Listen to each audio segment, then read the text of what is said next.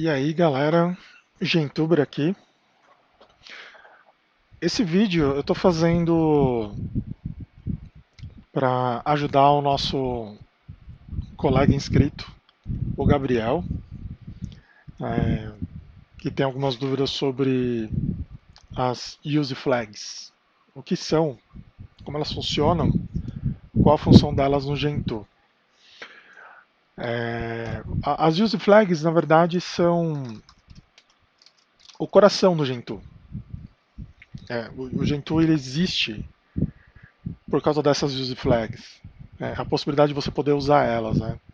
É a diferença do Gentoo pro, pro FreeBSD, por exemplo, que tem lá um sistema de ports, onde não é tão simples você customizar os scripts de compilação. Pelo menos não eram, né? Hoje em dia, faz um tempo já que eu não uso FreeBSD, eu não sei como é que tá. Mas a ideia das use flags, basicamente, é você escolher quais bibliotecas vão ser incluídas na compilação final do software que você está compilando. Vou dar um exemplo. Eu tenho um software aqui chamado Transmission. Transmission GTK. Está aqui. Eu uso esse software na versão GTK porque normalmente os window managers que eu uso são mais próximos do GTK do que do Qt, por exemplo. Assim, a maior parte dos softwares que eu uso são GTK. Não que eu veja algum problema com softwares em Qt, mas é uma questão de hábito mesmo. Ainda mais nessa encarnação. Nessa encarnação do meu sistema, eu não tenho muita coisa do KDE. Né? A versão anterior eu tinha tudo do KDE, eu usava o KDE, a última versão, inclusive. Mas nessa última encarnação não. Essa última encarnação está um pouco mais reservado, assim, um pouco mais reservado não, mas eu estou um pouco mais propenso a usar as coisas do Gnome. O Gnome me deu uma melhorada, apesar que estou com vários problemas aqui. Eu não estou usando o Gnome agora justamente por causa desses problemas. Mas enfim, voltando. O Transmission, ele tem algumas flags interessantes aqui. Como a gente faz para ver as flags do Transmission? A gente faz uma forma você dá um emerge AV Transmission, e se bem que eu acho que ele tem mais de uma versão, tem mais de um pacote chamado Transmission, eu sou obrigado a colocar o nome completo, netp2p. Ele vai mostrar quais são as flags. Deixa eu só organizar a casa aqui. Então, ó, a gente tem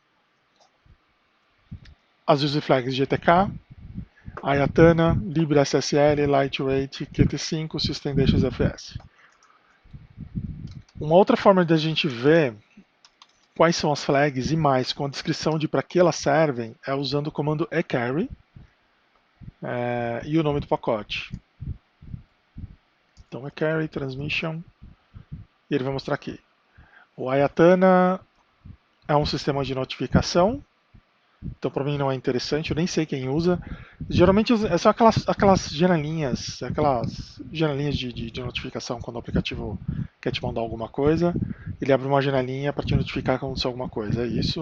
Tem esse Ayatana, não conheço ele. É, mas está aí disponível. Se você usa o Ayatana, você sabe para que serve, você pode habilitar ele. Tem a flag GTK, que está em vermelho, então isso quer dizer que ela está em uso. Ou seja, que ele compila o transmission na versão GTK. Ele tem o LibreSSL, que é uma versão alternativa ao OpenSSL. Por quê? O OpenSSL teve algumas falhas de segurança gravíssimas até um tempo atrás. Essa falha de segurança, na verdade, envolvia um agente da CIA infiltrado no time de desenvolvimento. E ele colocava backdoors de propósito. Ele colocava falhas de segurança de propósito na biblioteca OpenSSL para que a CIA pudesse invadir redes de computadores que usam OpenSSL com mais facilidade. Então, quando houve esse escândalo, a comunidade achou que era uma ideia criar uma nova implementação, e essa nova implementação se chama LibreSSL. Não recomendo usar o LibreSSL porque boa parte dos softwares não tem suporte a ele e ele é incompatível com o OpenSSL. Então, se você usa um, você não pode usar o outro. Então, o LibreSSL ele dá para você, ele te dá umas limitações, assim. Você vai poder instalar bem menos coisas. Então, a não ser que você seja absurdamente paranoico, eu não recomendo. O OpenSSL, depois desse problema, o pessoal reescreveu basicamente todo o código que esse colaborador escreveu, né? O pessoal reescreveu o código e agora eles são um pouco mais criteriosos na hora de aceitar as pessoas que vão fazer parte do time de desenvolvimento, tá? Mas isso quer dizer, é uma possibilidade. Você é um cara paranoico, você pode habilitar o LibreSSL e desabilitar o OpenSSL. O Gentoo te dá essas possibilidades, sacou? A versão, aqui a flag lightweight, ele coloca umas configurações padrão um pouquinho mais humildes, né? O Qt5 adiciona suporte ao Qt5 para a galera que usa KDE, LXDE, por exemplo, LXKDE, aliás, LXQT, ele vai usar o Qt por padrão, vai ficar mais organizado. Se você usa systemd, tem a flag systemd também. E se você usa o XFS, ele também tem uma flag que habilita algumas funções extras para quem usa o sistema de arquivo XFS. Como eu não uso nem o XFS, nem o systemd, nem o Qt, não sou paranoico e minha máquina está sobrando, eu não sei o que ela tama, está tudo desabilitado aqui. Mas assim, a título de exemplo, só para mostrar como é que funciona, eu vou mudar a flag do meu transmission. Eu vou adicionar a flag Qt5. Como é que faz isso? Você tem o comando euse. Se eu não me engano, todas as ferramentas fazem parte do GenToolkit. Tá? GenToolkit. Tanto o eCarry quanto o euse, todos eles fazem parte do GenToolkit. Ele não vem por padrão instalado no Gentoo, no Stage 3 pelo menos. Se eu não me engano, eles até vêm no Live CD, mas no Stage 3 ele não vem. Então assim, como é que funciona o euse? O use, você coloca e de enable, e aí você coloca Qt5, por exemplo. Se você der Enter agora, ele vai habilitar o Qt5 para todo o sistema, mas não é isso que a gente quer. A gente quer habilitar o Qt5 só para esse pacote. E aí você coloca o nome inteiro do pacote, não, desculpa, do ebuild. Fazendo isso, tá lá, adicionando o Qt5 no transmission. Ele cria um arquivo refletindo essa mudança. Então tá aqui, ó, transmission com Qt5. E agora se a gente rodar o AV, vejamos.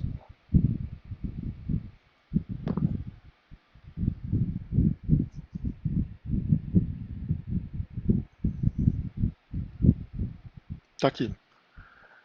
GTK é o que ele já tem. O que tá em verde com asterisco é o que ele vai aplicar na próxima compilação. Beleza? Então, vamos fazer. Não sei quanto tempo vai demorar, mas o Transmission é um software pequeno. Então, não é para demorar muito. Vamos ver. Então, é essa flexibilidade do Gentoo que é uma coisa fantástica, porque ele permite você escolher se você quer ou não ter as coisas no seu ambiente, dependendo do sentido que você vai dar para sua máquina. Tá? Por exemplo, se eu vou fazer uma máquina que vai ser um servidor de impressão, ou seja, não vai ter suporte a jogos, eu posso muito bem desabilitar o OpenGL. E então ele nem vai compilar nada relacionado ao OpenGL. O Linux não precisa do OpenGL para funcionar. O Linux não precisa da interface gráfica para funcionar. Sabe? Ele consegue muito bem fazer as coisas de servidor sem ter interface gráfica. Então, se você não vai usar interface gráfica, por que você vai compilar os softwares com suporte à interface gráfica, sabe? Então você tem essas liberdades todas, assim. Por isso é o que faz o Gentoo ser fantástico. Você pode escolher duas implementações diferentes da biblioteca de JPEG. Né? Tem uma biblioteca que é um pouquinho mais antiga, mas tem uma outra que é um pouquinho mais nova, mas que tem uma licença que nem todo mundo usa, mas que tem uma compressão melhor, tem uma qualidade de imagem melhor, sabe? Você pode escolher, por exemplo, ter ou não suporte ao WebP, ao formato Opus, ao formato Matroska. Você monta a máquina de acordo com o que você precisa. É, nem toda máquina ela tem a mesma função. Né? Beleza, ele compilou. Então agora a gente tem, além do Transmission GTK, que é esse aqui, já vimos. Agora tem o Transmission QT. Não tem muita. Aparentemente não é muito diferente, mas.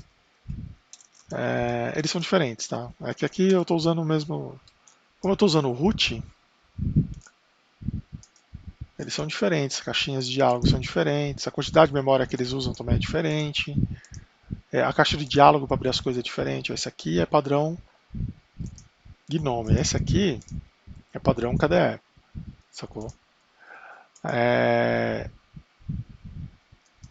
E aí, por exemplo, vamos supor que eu não tenho interesse, eu quero realmente migrar para KDE. Então eu venho aqui e desativo o QT. Com "-e você o QT não, desculpa, você desativa o GTK. Então, além de eu ativar o QT, eu agora vou desativar o GTK. Beleza? Desativou o GTK. Agora eu vou fazer o mesmo processo de consultar ele e consultar as flags que estão ativadas ou não e ver o que ele vai fazer.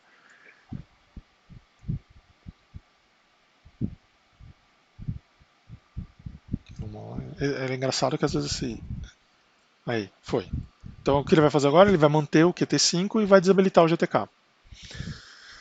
Vou mandar ele fazer. Vamos ver se vai ser um pouco. Vai demorar ou não vai demorar.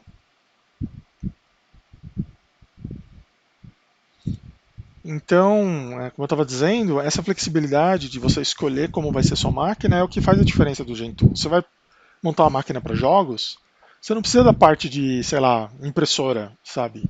Então você não precisa compilar os programas com suporte à impressora. Você compila ele só com o que vai precisar. E quanto menos coisa você inclui no binário, menor fica o binário, mais rápido fica o binário e menos memória ele usa. Por mais que use bibliotecas dinâmicas, você sempre tem a possibilidade de estar. Cada vez que você agrega a um binário mais bibliotecas, ele está mais sujeito a bugs. Né? Ele está mais sujeito a falhas de segurança. Então, até para segurança, isso é bom. Beleza, ele compilou. Aí agora, vamos ver aqui, ele tem o transmission QT, mas não tem mais o transmission GTK. Tá? Ou seja, eu não preciso ter as duas versões, eu não preciso ter uma versão só com dependências. É isso, tipo, você escolhe o que você quer. Eu vou desfazer essa loucura que eu fiz aqui, porque, como eu falei, eu sou o cara do GTK, então eu vou ativar o GTK e desativar o QT. Eu não estou usando a biblioteca de QT neste momento. Eu vou até fazer direto. Então é isso, sabe? Você é desenvolvedor de software, você coloca lá as bibliotecas, as flags que são mais úteis para você. Para consultar as flags, é isso que eu mostrei. Você usa o eCarry U e ele vai te listar por pacote para que serve cada uma dessas para que serve cada uma dessas flags. Então sempre que você tiver dúvidas sobre as flags, vale a pena consultar. Eu sempre consulto, eu sempre aprendo coisas novas. Essas flags elas modificam bastante, então toda vez que você dá um merge sync, dificilmente não vai ter alguma mudança de flags no sistema. Então, às vezes o pessoal adiciona, às vezes eles bloqueiam, dependendo se o rebuild está estável ou não, eles adicionam coisas ou eles bloqueiam, tiram coisas para evitar problemas. Né? No caso específico do nosso inscrito Gabriel, ele falou que teve problemas com o Chrome. Com o Chrome né? Eu acho que na verdade talvez ele tenha tido problemas com o Chromium, não com o Chrome. Porque o Chrome ele só tem a versão binária. Né? Ele só tem a versão binária. Esse Google Chrome é o Chrome do Google e o Chrome do Google ele só é o Chrome se ele for compilado, se ele for binário do Google. Se ele for compilado a partir do código-fonte, ele é o Chromium, tá? Que é uma versão que é o mesmo código-fonte do Chrome, só que mantido pela comunidade e por uma questão de licença ele não pode ter o mesmo nome. Como o Google Chrome é uma versão binária, se eu não me engano ele baixa o .deb do Google, descompacta e instala no sistema, ele não tem muitas coisas não. Ele tem o C Linux, que está aqui entre parênteses porque o meu sistema não tem isso habilitado, então eu não consigo usar o C Linux no meu sistema. Se eu não me engano, eu tenho o AppArmor, mas eu não tenho o C Linux. C Linux eu não estou usando. E a língua, que ainda instala os pacotes extras de língua. No caso, eu instalei só o PTBR. Tá? Por outro lado, o Google Chrome, o Chromium, desculpe, o Chromium, ele já tem bastante coisa aí que a gente pode colocar ou tirar. Como ele vai ser compilado direto do código-fonte, tem umas opções. Vamos só esperar ele calcular aí as dependências. Tá aqui. O que ele tem de flag? Vou até fazer aqui carry o Chromium. Vamos ver. Então ele tem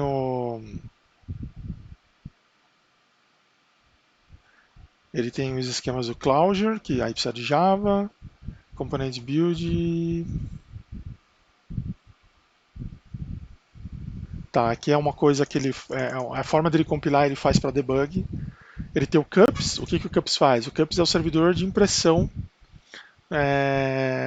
do que o Linux usa, no geral. Então, se você vai imprimir um documento direto do Chromium e você tiver o CUPS, ele já vai automaticamente detectar sua impressora, aquela coisa toda. Gnome Keyring, que é para ele usar o sistema de armazenamento de passwords do próprio Gnome, em vez de usar do que gravar senhas em texto plano, né? Então aqui ele vai criptografar senhas usando o sistema do Gnome. Hangouts, ele habilita ou não o suporte ao Google Hangouts. É uma coisa que é bacana. Tem o Kerberos, que é um sistema de autenticação. Aí aqui tem as línguas, né?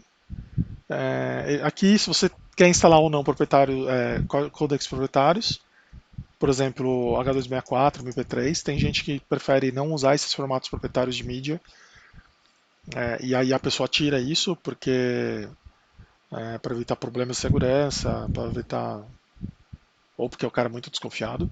O Pulse Audio, que é o sistema de áudio do Linux, tem gente que prefere o ALSA ou prefere usar outra coisa, então o Pulse Audio é opcional. Tem o Swede, que é um esquema de segurança. Tem o System FFmpeg. Esse aqui é polêmico, porque você pode escolher entre usar os drivers proprietários ou usar o FFmpeg do seu sistema que você compilou com as flags que você escolheu. Né?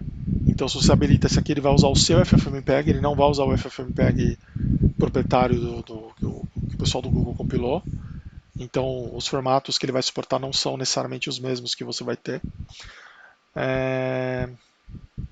A mesma coisa para a biblioteca ICO. E, enfim, essa é a ideia. Aqui, ó, aqui tem, por exemplo, tem o Widevine. O Widevine se você vai usar o Netflix. Se você não habilitar o Widevine, o Netflix não vai funcionar na sua compilação do Chrome. Tá. Eu fiquei sem entender do nosso inscrito Gabriel se ele teve problemas para compilar o Chromium porque deu erro na compilação ou se ele não conseguiu escolher muito bem as flags que ele poderia usar. Eu imagino que deve ter dado problema na hora de compilar. Esse software, tudo que é derivado do Chromium, o Electron, todos esses caras, eles demoram muito tempo para compilar. Tipo, muito tempo para compilar. Por quê? Porque eles usam, eu não sei, na verdade, nem sei dizer exatamente, nem sei dizer por quê, mas ele demora demais para compilar. E isso é um baita problema para os usuários de Gentoo, porque mesmo numa máquina recente você tem problemas na hora de compilar esses caras, tá? E quanto mais CPU você tem, quanto mais núcleos você tem na sua CPU, pior é a compilação. Por quê? Porque ele vai abrir para cada thread de compilação, ele vai reservar uma certa quantidade de memória. E então é muito fácil, dependendo da quantidade de threads que você tem no seu sistema, ele estourar a quantidade de memória que você tem disponível. Então, pelo cálculo que eu fiz aqui, ele usa entre 2 e 4 GB por thread. Como o meu sistema tem 12 threads, faz as contas aí e vê quanto de memória eu não precisaria para compilar o Chromium usando todas as minhas threads. Então, no final das contas, eu tenho que reduzir a quantidade de threads na compilação do Chromium para não ficar sem memória. Senão eu fico sem memória como o sistema trava. Tá?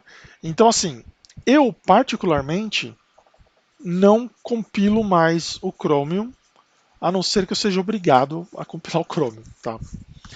Eu prefiro usar a versão binária, então no caso eu uso Google Chrome mesmo.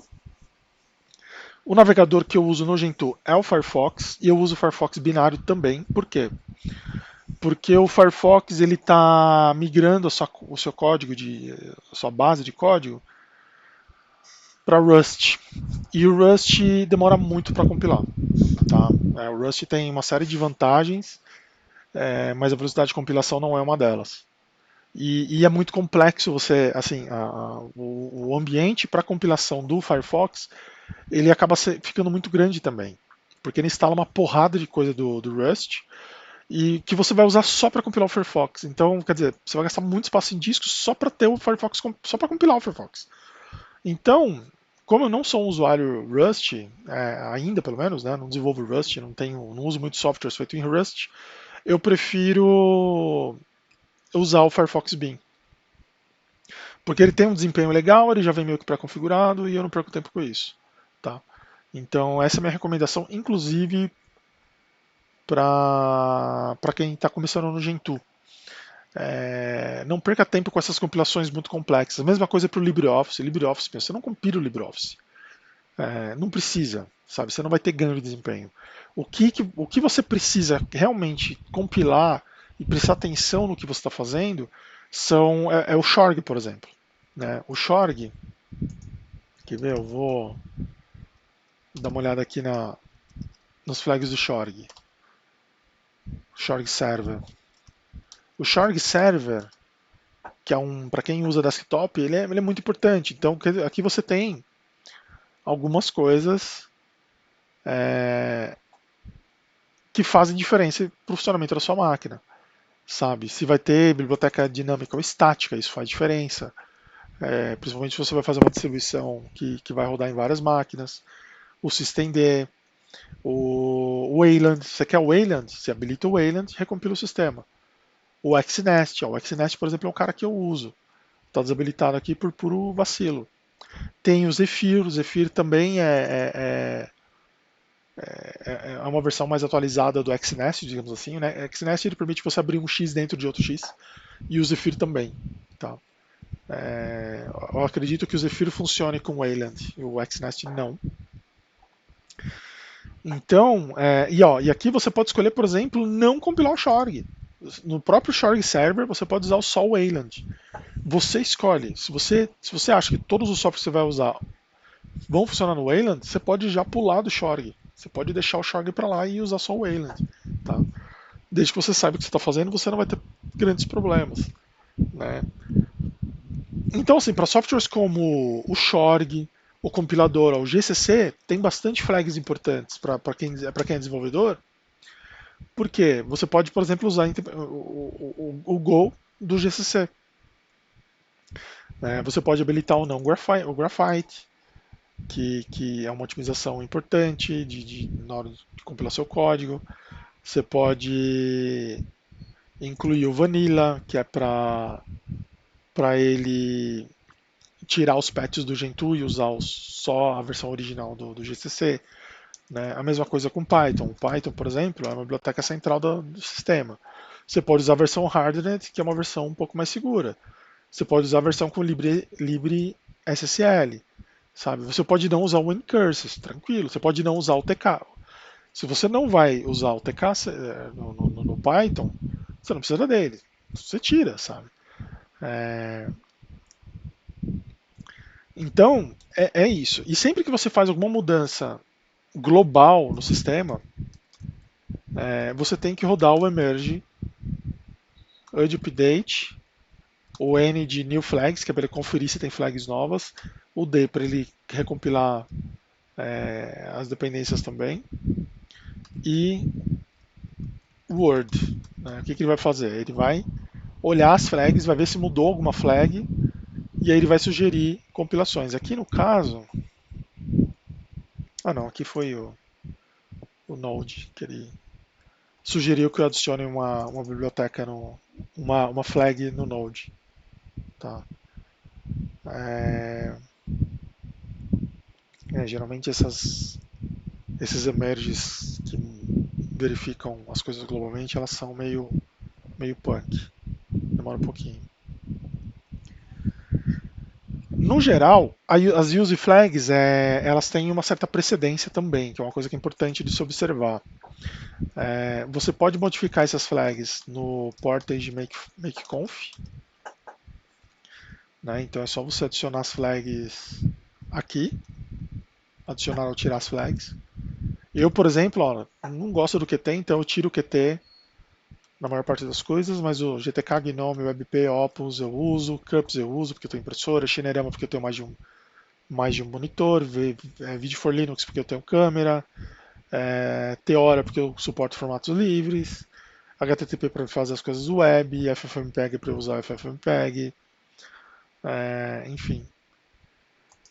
Só que quando você começa a colocar as flags aí, começa a dar muito problema no seu sistema porque você começa a mexer onde não deve. Porque às vezes em um build você quer usar uma certa flag, e em outra build você quer usar uma outra. Então, por exemplo, eu tenho lá um software que eu quero usar o Qt. Só que eu tenho um outro software que eu não quero usar o Qt. E não dá para eu explicar, não dá para colocar isso aqui no use, entendeu? Porque aqui ou tem ou não tem. E isso vale para todo mundo, a não ser que você especifique por pacote, que é aquela forma que eu mostrei, que é usando o euse. E além desses dois lugares, tem também o profile.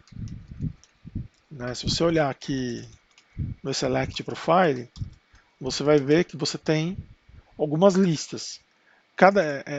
Você tem algumas opções. Cada opção dessas é, ele definindo o padrão de algumas use flags. Tá? Então, por exemplo, se você escolhe o Gnome, dificilmente você vai conseguir tirar o Gnome do software. Sabe? Você colocar menos Gnome nas flags provavelmente não vai funcionar. A mesma coisa para o GTK. Tá? Por quê? Porque aqui ele está definindo o profile para usar o Gnome. Então ele já está habilitando as coisas que o Gnome precisam para compilar direitinho. Se eu usasse KDE ou Plasma, é a mesma coisa, habilitar o Plasma aqui, provavelmente ele habilitar o Qt e eu não ia conseguir desligar. Então, essa é a forma mais correta, digamos assim, para você montar o seu sistema. Né? Você vê se vai usar o KDE ou se vai usar o Gnome. Se você não quiser usar nenhum dos dois, você tem só o Profile Desktop, mas que ele habilita algumas coisas do Shorg. Hoje em dia é muito difícil você conseguir compilar um sistema Gentoo com Shorg, fazer ele subir sem habilitar o desktop, porque você sempre vai esquecer alguma coisa e ele não vai ligar essas dependências para você. Você tem que saber o que você está fazendo realmente. Se você não souber, você não vai conseguir subir um sistema usando o Profile 16, por exemplo. Subir o Shorg, né? Ele vai compilar o Shorg, mas não vai subir. Por quê? Porque está faltando alguma coisa. O que está faltando? Se você não sabe o que está faltando, é melhor você habilitar o Profile Desktop. Tá? Então, assim, primeiro, você habilita o profile correto para sua máquina. Então, usa Gnome, habilita aqui o Gnome. Usa Gnome com SystemD, habilita Gnome com SystemD, sem problemas. No segundo lugar, é o makeconf. Você pode colocar algumas coisas que definem alguns usos globais. Mas o que eu recomendo mesmo é você usar o euse e fazer especificar para cada pacote, para não dar problema.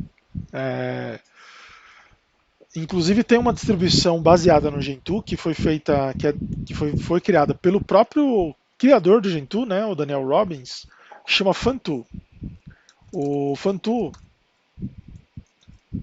ele ele trabalha com a ideia de kits. Então, para cada kit que você adiciona no seu profile, ele liga uma certa quantidade de flags para alguns pacotes. Então, assim, ele é um Gentoo um pouquinho mais fácil de você usar, porque a chance de você ter erro de compilação é menor, porque as possibilidades são um pouco mais limitadas por padrão. Né? Aqui no Gentoo você faz o que você quiser. Ninguém vai te impedir. O máximo que pode acontecer é não dar errado. Né? E dificilmente uma instalação do Gentoo é igual a outra.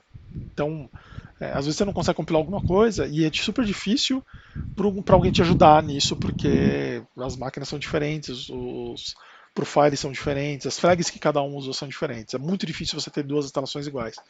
No Fantu já é um pouco mais fácil, porque como ele tem essa ideia dos kits, você não é obrigado a definir os uses para cada pacote. Você pode usar os kits que vai dar tudo certo, sabe? Você vai usar OpenGL, tem um kit de OpenGL. Você vai usar jogos, tem um kit para jogos, sabe?